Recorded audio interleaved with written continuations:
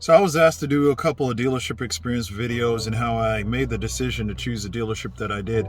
So here's a rundown of a few things, and I might do another video later on. Guys, just let me know if you're interested in this, and here we go. Okay, so I've been asked to talk about my dealership experience, so I just wanted to share some of that with you guys. It's 35 degrees. I'm up in the mountains right now doing a little errand. Maverick's getting a little bit of a rough dirt road, hilly climbs and everything else in between. So as far as my dealership experience, I think it went pretty good.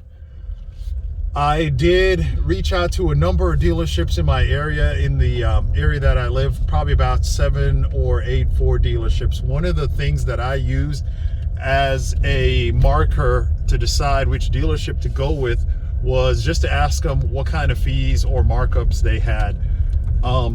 And most of them didn't say outright they had a markup.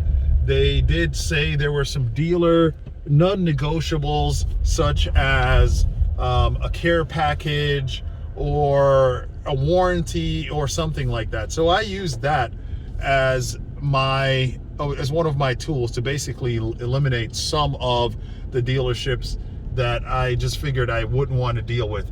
By the way, this is a very twisty road, so Maverick handles phenomenally going through the curves, super quiet as well. In the hills, especially obviously when you're going downhill, you're in electric mode most of the time.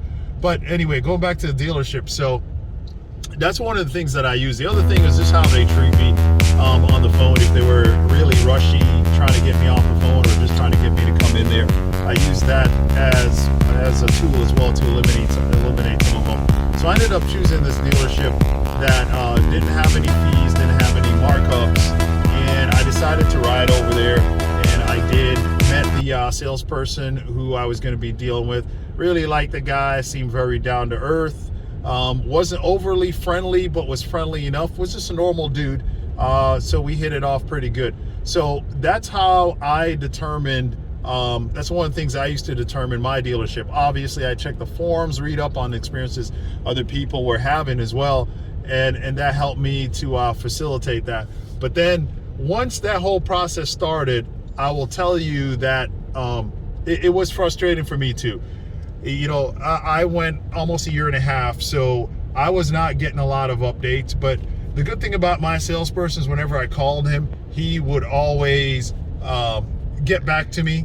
He would always at least reply. Sometimes he didn't have the answers, like he really didn't know what it was I was talking about when I asked him about the tracking of the vehicle, the rail, car numbers and stuff like that. Some of the stuff that I picked up on the forums, especially at the end of my order before I received it. The Ford 1-800 customer service number, fantastic. They give you a little bit more information, so you're able to fill that in with the information you get from them. But a lot of stuff they told me I could do on the forums, I could just never get the dealership to do. My salesperson had great communication, so that's something that I say you need to look for. If you order the 2 dealerships and one of them's not communicating with you, that may be a reason to go with the one over the other. The other thing was, as far as closing out the deal, once I got to the end, these guys were fantastic. They showed me the typical video of warranties and stuff like that. I ended up not going with any of that stuff because this is like my 25th car that I've purchased, and I have a long history. I can tell you stories about every single item at the dealership because I've probably purchased them all. So extended warranties, whatever it is, you know, seat protection, all that stuff I purchased before. I've used almost zero of it, and the few times that I have used some of that stuff, it has not turned out well. It's been a long, lengthy process. So for me, I decided against those things, and my dealership was understanding, which again, like I said, is very rare. Some of those guys don't even want to deal with you after that.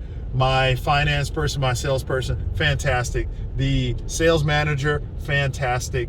So you just got to feel your dealership out. You really, if you get a bad vibe from them initially, you need to stay clear of them. If you start talking to someone and they're blowing you off, you need to stay clear from them. Like I said, my experience overall was really good, but it took me through, it was a process of elimination how I got to choosing that dealership. So it wasn't just luck of the draw. I think it would have gone very differently had I chosen a different dealership. So that's basically it in a nutshell as far as my dealership experience go.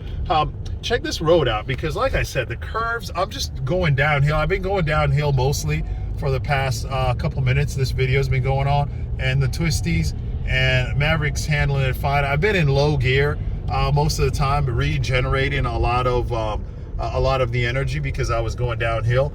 But fantastic in the twisties for a pickup truck, for a vehicle this size. So that's something I could really give a thumbs up for after this trip. So that was kind of vague. I chose Wendell Ford, which is in the Triangle area over in Wendell, as part of the Leaf vehicle group, and they were fantastic. So if you guys live in the area and you want to go with them, they are fantastic. But that's it for now. I'll see you guys later.